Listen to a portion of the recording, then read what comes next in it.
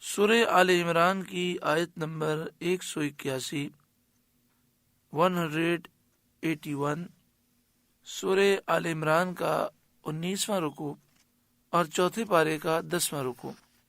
اللہ رب العالمین نے ارشاد فرمایا، لقد سمع اللہ قول الذین قالوا، بے شک اللہ نے سنا جنہوں نے کہا، ان اللہ فقیر ونحن اغنیاء، کہ اللہ محتاج ہے اور ہم غنی ہیں۔ جن لوگوں نے یہ بات کہی کہ اللہ محتاج ہے اور ہم غنی ہیں، اللہ نے فرمایا کہ اللہ نے ان کی بات سنی۔ یہودیوں نے جب یہ آیت کریمہ سنی، من ذا الذی یقرض اللہ قرضا حسنا، کون ہے جو اللہ کو قرض حسنا دے، تو وہ کہنے لگے کہ محمد صلی اللہ علیہ وسلم کا معبود خدا ہم سے قرض مانگتا ہے، تو ہم غنی ہوئے، مالدار ہوئے، اور وہ فقیر ہوا۔ اس پر یہ آیت کریمہ نازل ہوئی اور ان یہودیوں کی مذمت کی گئی۔ سنکتب ما قالوا، اب ہم لکھ رکھیں گے ان کا کہا، یعنی جو انہوں نے کہا وہ باتیں نامہ اعمال میں لکھی ہوئی ہوں گی، اور کل بروز قیامت وہ ان نامہ اعمال کو پائیں گے۔ وَقَتْلَهُمُ الْأَنْبِيَاءَ بِغَيْرِ حَقٍّ، اور انبیاء کو ان کا ناحق شہید کرنا، یعنی جو انہوں نے انبیاء کو شہید کیا وہ بھی ان کے نامہ اعمال میں لکھا ہوا ہے، یہ جو انہوں نے بات کہی وہ بھی لکھی ہوئی ہے۔ یہاں پر یہودیوں کے اس قول پر اور اس بکواس پر اس بات کا ذکر ہے کہ انہوں نے یہ غلط بات کہی اور انہوں نے اس سے پہلے انبیاء کو شہید بھی کیا۔ تو اس سے معلوم یہ ہوا کہ دونوں جرم بہت عظیم ترین ہیں اور برائی میں قباحت میں برابر ہیں۔ جنہوں نے انبیاء کو شہید کیا، جنہوں نے انبیاء کی گستاخی کی، اور جنہوں نے اللہ کی گستاخی کی، دونوں مجرم ہیں۔ انبیاء کی شان میں گستاخی کرنے والا اللہ کی شان میں بے ادب ہو جاتا ہے۔ یہودیوں نے جب انبیاء کی شان میں گستاخی کی، نبی اکرم صلی اللہ علیہ وسلم کی شان میں گستاخی کی، تو پھر وہ اللہ تعالیٰ کی شان میں بھی بے ادب ہو گئے۔ وَنَقُولُ ذُوقُوا عَذَابَ الْحَرِيقِ، اور ہم فرمائیں گے کہ آگ کا عذاب چکھو۔ ذَلِكَ بِمَا قَدَّمَتْ أَيْدِيكُمْ، یہ بدلہ ہے اس کا جو تمہارے ہاتھوں نے آگے بھیجا۔ وَأَنَّ اللَّهَ لَيْسَ بِظَلَّامٍ لِّلْعَبِيدِ، اور اللہ بندوں پر ظلم نہیں کرتا۔ الَّذِينَ قَالُوا، وہ جو کہتے ہیں، ان اللہ عہد الینا، اللہ نے ہم سے اقرار کر لیا ہے، اللہ نؤمن لرسول حتی یأتینا بقربان، کہ ہم کسی رسول پر ایمان نہ لائیں جب تک ایسی قربانی کا حکم نہ لائے، تأکلہ النار، جسے آگ کھائے۔ شان نزول اس کا یہ ہے کہ یہودیوں کی ایک جماعت نے سید عالم صلی اللہ علیہ وآلہ وسلم سے کہا تھا کہ ہم سے توریت میں عہد لیا گیا ہے کہ جو رسول ہونے کا دعویٰ کرے ایسی قربانی نہ لائے جس کو آسمان سے سفید آگ اتر کر کھائے، اس پر ہم ہرگز ایمان نہ لائیں۔ یعنی انہوں نے کہا کہ ہم سے یہ اقرار لیا گیا ہے کہ اسی رسول پر ہمیں ایمان لانا ہے کہ جو رسول ہونے کا دعویٰ کرے اور پھر ایسی قربانی پیش کرے کہ آسمان سے سفید آگ اتر کر اسے کھا لے، اور جو یہ نشانی پیش نہ کر سکے ہم اس پر ایمان نہ لائیں، ہم سے یہ عہد لیا گیا ہے۔ اس پر یہ آیت نازل ہوئی اور یہ بتایا گیا کہ یہ محض جھوٹ ہے اور خالص افطرا ہے، جھوٹ باندھنا ہے، کیونکہ اس شرط کا توریت میں نام و نشان بھی نہیں ہے، اور ظاہر ہے کہ نبی کی تصدیق کے لیے معجزہ کافی ہے، کوئی معجزہ ہو۔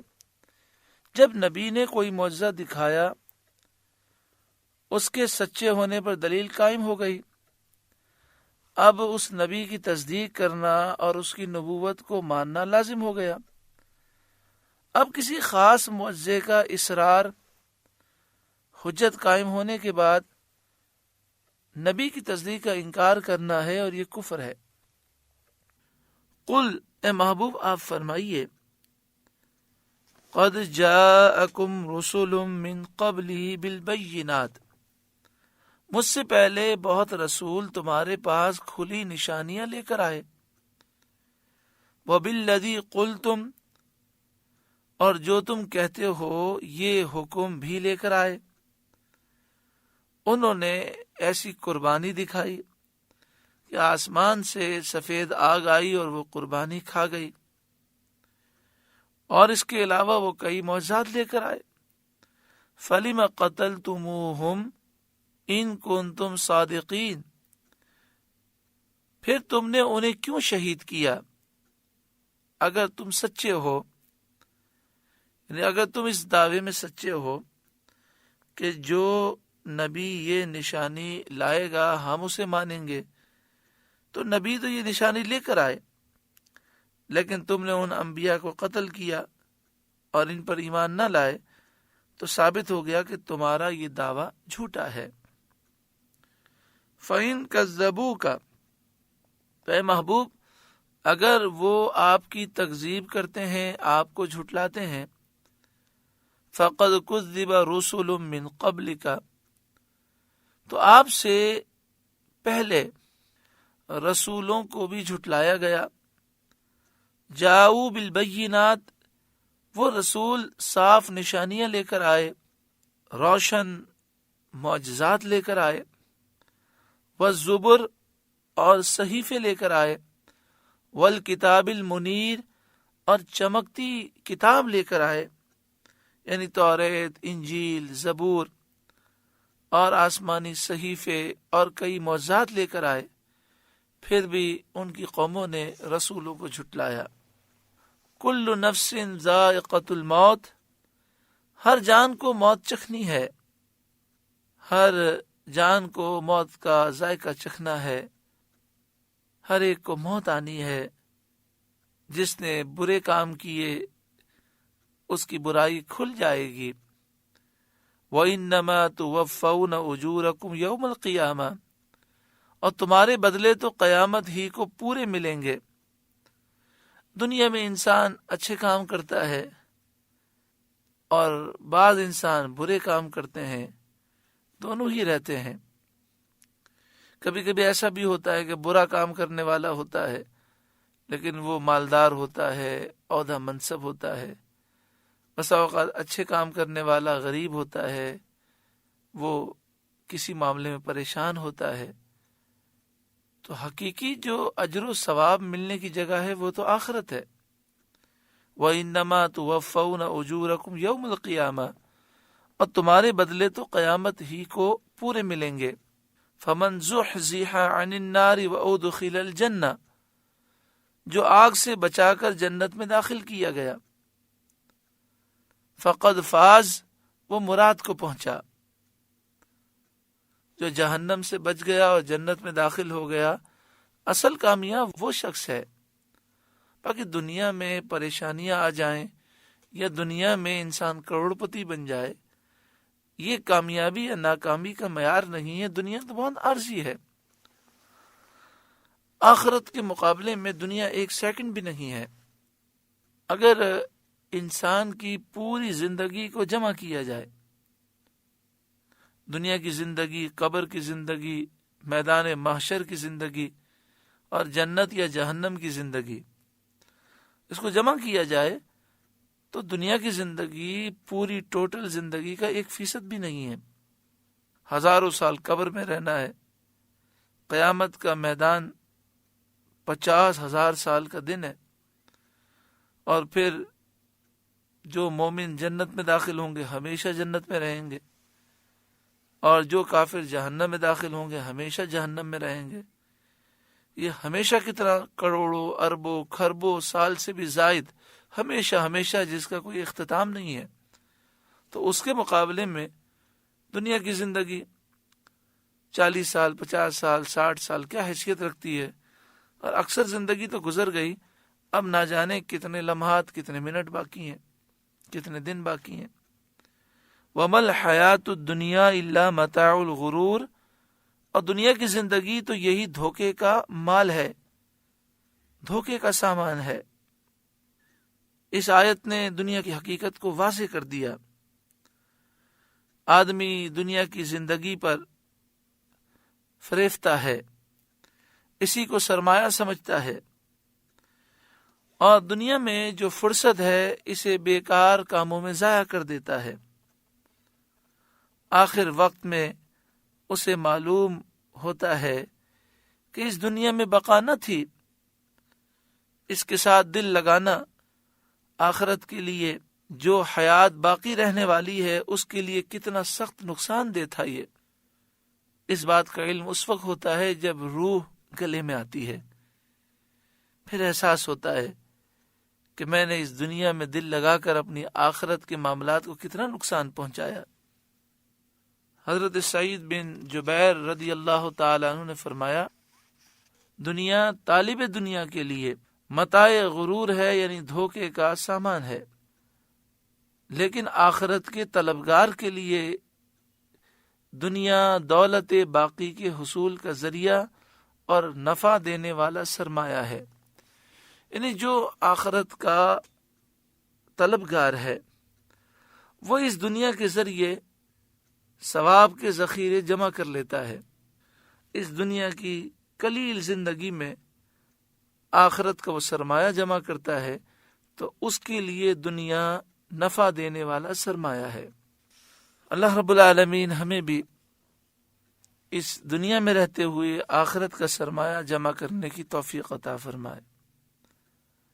لَتُبْلَوُنَّ فِي أَمْوَالِكُمْ وَأَنفُسِكُمْ، بے شک ضرور تمہاری آزمائش ہوگی تمہارے مال اور تمہاری جانوں میں، یعنی جو حقوق ہیں، بندوں کے حقوق، اللہ کے حقوق، اس کو ادا کرنے میں بھی امتحان ہے۔ جو فرائض واجبات سنت مؤکدہ ہیں اس کو ادا کرنے میں بھی مشقتیں ہیں، گناہ صغیرہ و کبیرہ سے بچنے میں بھی مشقتیں ہیں۔ اسی طرح دنیا میں نقصانات ہوتے ہیں، مصیبتیں آتی ہیں، بیماریاں آتی ہیں، خطرات ہوتے ہیں، قتل، رنج، غم وغیرہ سے مومن کا امتحان ہوتا ہے، تاکہ مومن اور غیر مومن میں امتیاز ہو جائے، اور یہ واضح ہو جائے کون اللہ پر ایمان لانے والا ہے، کون اس پر بھروسہ کرنے والا ہے۔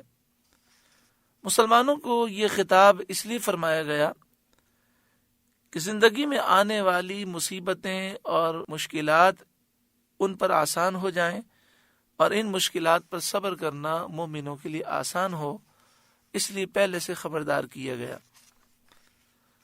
لَتُبْلَوُنَّ فِي أَمْوَالِكُمْ وَأَنفُسِكُمْ، بے شک ضرور تمہاری آزمائش ہوگی تمہارے مال اور تمہاری جانوں میں۔ وَلَتَسْمَعُنَّ مِنَ الَّذِينَ أُوتُوا الْكِتَابَ مِنْ قَبْلِكُمْ، اور ضرور بضرور تم سنو گے ان لوگوں سے جنہیں پہلے کتاب دی گئی، یعنی یہودیوں، عیسائیوں، توریت انجیل کے ماننے والوں سے۔ وَمِنَ الَّذِينَ أَشْرَكُوا، اور مشرکوں سے سنو گے۔ اذًا کثیرا، بہت کچھ برا سنو گے، یعنی وہ تانے دیں گے، طنز کریں گے، تمہارا دل دکھائیں گے۔ وَإِن تَصْبِرُوا وَتَتَّقُوا، اور اگر تم صبر کرو اور بچتے رہو، یعنی گناہ سے بچتے رہو، تو اللہ تعالیٰ تمہاری مدد فرمائے گا اور کوئی تمہیں کچھ نقصان نہ دے سکے گا۔ فَإِنَّ ذَلِكَ مِنْ عَزْمِ الْأُمُورِ، تو یہ بڑی ہمت کا کام ہے، صبر کرنا اور گناہوں سے بچنا۔ وَإِذْ أَخَذَ اللَّهُ مِيثَاقَ الَّذِينَ أُوتُوا الْكِتَابَ، اور یاد کرو جب اللہ نے عہد لیا ان سے جنہیں کتاب عطا ہوئی، جنہیں کتاب دی گئی، اللہ نے ان سے عہد لیا۔ لَتُبَيِّنُنَّهُ لِلنَّاسِ وَلَا تَكْتُمُونَهُ، تم ضرور اسے لوگوں سے بیان کر دینا اور نہ چھپانا۔ اللہ تعالیٰ نے علماء توریت اور انجیل پر، توریت اور انجیل کے جو ماننے والے علماء تھے ان پر واجب کیا تھا کہ ان دونوں کتابوں میں سید عالم صلی اللہ علیہ وسلم کی نبوت پر دلالت کرنے والے جو دلائل ہیں وہ لوگوں کو خوب اچھی طرح شرح کر کے وہ سمجھا دیں اور ہرگز نہ چھپائیں۔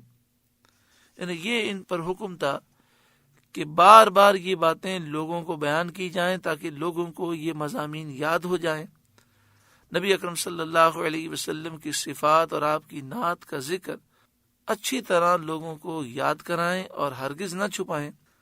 لیکن ان لوگوں نے دنیا کی ذلیل دولت کی خاطر حضور کی تعریف اور اوصاف اور آپ کی نعتوں کو چھپایا۔ فَنَبَذُوهُ وَرَاءَ ظُهُورِهِمْ، تو انہوں نے اسے اپنی پیٹھ کے پیچھے پھینک دیا، اس عہد کو فراموش کر دیا۔ وَاشْتَرَوْا بِهِ ثَمَنًا قَلِيلًا، اور اس کے بدلے ذلیل دام حاصل کیے اور رشوتیں لے کر حضور سید عالم صلی اللہ علیہ وسلم کے اوصاف کو چھپایا، وہ اوصاف جو توریت اور انجیل میں موجود تھے۔ کیونکہ جب یہ ایسی باتیں بتاتے تھے تو یہودی اور عیسائی قوم کے سردار ناراض ہوتے تھے، جو حق بات کرتا اس سے وہ ناراض ہوتے، اور جو حق باتوں کو چھپاتا تھا وہ خوش ہوتے تھے، ان کو نذرانے اور رشوتیں دیتے تھے۔ آج بھی آپ دیکھ لیں کہ کئی ایسے لوگ ہیں جو اپنے آپ کو علماء کہتے ہیں لیکن علماء سو ہیں، نبی اکرم صلی اللہ علیہ وآلہ وسلم کی شان و عظمت کو وہ بیان نہیں کرتے، اسے چھپاتے ہیں۔ اور اسی طرح بہت سے ایسے لوگ ہیں جو حق بات کو چھپاتے ہیں، ناموس رسالت کا مسئلہ ہو، حکومت اگر خلاف شرع کام کرے تو اس کی مذمت کرنے کا مسئلہ ہو تو وہ خاموشی اختیار کرتے ہیں، اس لیے کہ پھر ان کے جو مقاصد ہیں وہ حاصل نہیں ہوتے۔ تو اپنے مقاصد کے حصول کے لیے ایسے لوگوں سے، حکمرانوں سے اور ایسے فساق سے جو ان کو لالچ لگی ہوتی ہے، اس لالچ کی وجہ سے حق بات کہنے کے لیے وہ تیار نہیں ہوتے۔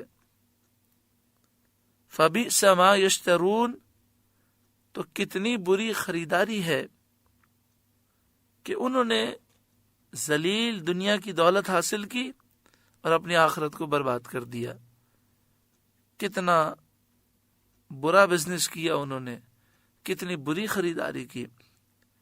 علم دین کا چھپانا ممنوع ہے۔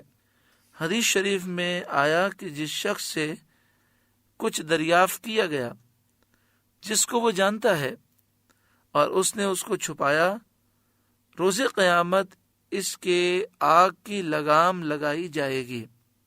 علماء پر واجب ہے کہ اپنے علم سے فائدہ پہنچائیں اور حق ظاہر کریں اور کسی فاسد مقصد کے لیے اس میں سے کچھ نہ چھپائیں۔ لا تحسبن الذین یفرحون بما اتوا، ہرگز نہ سمجھنا انہیں جو خوش ہوتے ہیں اپنے کیے پر، وَيُحِبُّونَ أَن يُحْمَدُوا بِمَا لَمْ يَفْعَلُوا، اور چاہتے ہیں کہ بے کیے ان کی تعریف ہو۔ فَلَا تَحْسَبَنَّهُمْ بِمَفَازَةٍ مِّنَ الْعَذَابِ، ایسوں کو ہرگز عذاب سے دور نہ سمجھنا۔ وَلَهُمْ عَذَابٌ أَلِيمٌ، اور ان کے لیے دردناک عذاب ہے۔ یہ آیت یہودیوں کے بارے میں نازل ہوئی جو لوگوں کو دھوکہ دینے اور گمراہ کرنے پر خوش ہوتے اور باوجود نادان ہونے کے یہ پسند کرتے تھے کہ انہیں عالم کہا جائے۔ صدر الافاضل حضرت علامہ مولانا نعیم الدین مراد آبادی علیہ رحمہ، جو اعلیٰ حضرت امام اہل سنت کے خلیفہ ہیں، آپ ترجمہ کنز الایمان کے حاشیے میں تفسیر خزائن العرفان میں لکھتے ہیں، اللہ تعالی ہم سب کو عمل کی توفیق عطا فرمائے۔ آپ فرماتے ہیں اس آیت میں وعید ہے خود پسندی کرنے والوں کے لیے اور اس کے لیے جو لوگوں سے اپنی جھوٹی تعریف چاہے۔ جو لوگ بغیر علم اپنے آپ کو عالم کہلواتے ہیں یا اسی طرح اور کوئی غلط وصف اپنے لیے پسند کرتے ہیں، انہیں اس سے سبق حاصل کرنا چاہیے۔ لا تحسبن الذین یفرحون بما اتوا، بما اتوا سے مراد غلط کام ہے، یعنی جو کام یہ گناہ کے کر کے فخر کرتے ہیں، خوش ہوتے ہیں، ان کی مذمت ہے۔